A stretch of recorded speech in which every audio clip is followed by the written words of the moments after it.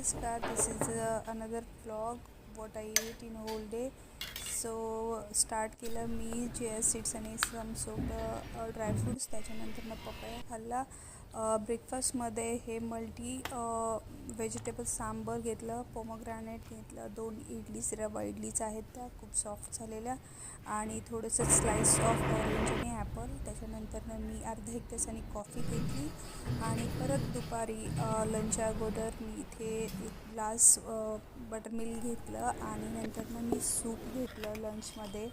ते खूप सारे व्हेजिटेबल्सनी आणि फ्रूट्सनी बनवलेलं.